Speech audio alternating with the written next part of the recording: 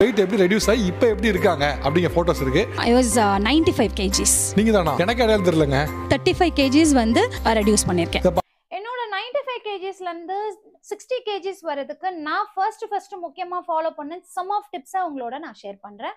So இந்த மாதிரியான neutron இன்ஃபர்மேஷன்லாம் உங்களுக்கு பிடிச்சிருக்கு அப்படின்னா என்னோட பேஜை மறக்காம ஃபாலோ பண்ணி சப்போர்ட் பண்ணுங்க.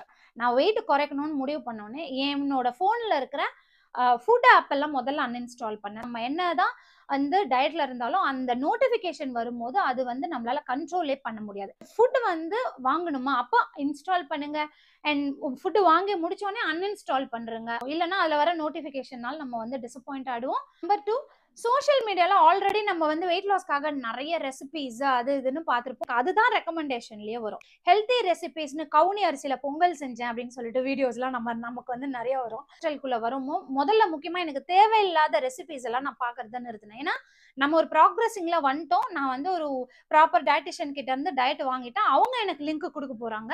ஸோ அதை பார்த்து நான் ஃபாலோ பண்ண போறேன். ஸோ அதை கண் பார்க்கும், மனசு கேட்கும், அண்ட் மைண்ட் வந்து அதை செயல்படுத்தும். ஸோ அதையும் நான் பார்க்கறத ஸ்டாப் பண்ணேன். மற்றபடி எனக்கு என்ன வேணுமோ அதை மட்டும் வந்து நானே சர்ச் பண்ணி பார்க்க ஆரம்பிச்சேன். அது வந்து உண்மையாலே எனக்கு ரொம்ப சப்போர்ட்டிவா இருந்தது. ஈவன் நீங்களும் வந்து இதை ட்ரை பண்ணுங்கன்னு சொல்றதை விட நீங்க உங்களோட வெயிட் லாஸ் ஜர்னி ஸ்டார்ட் பண்ணி ஃபெயிலியர் ஆகும்போது இந்த விஷயங்களை நீங்க ஃபாலோ பண்ணாம இருந்திருப்பீங்க. I hope.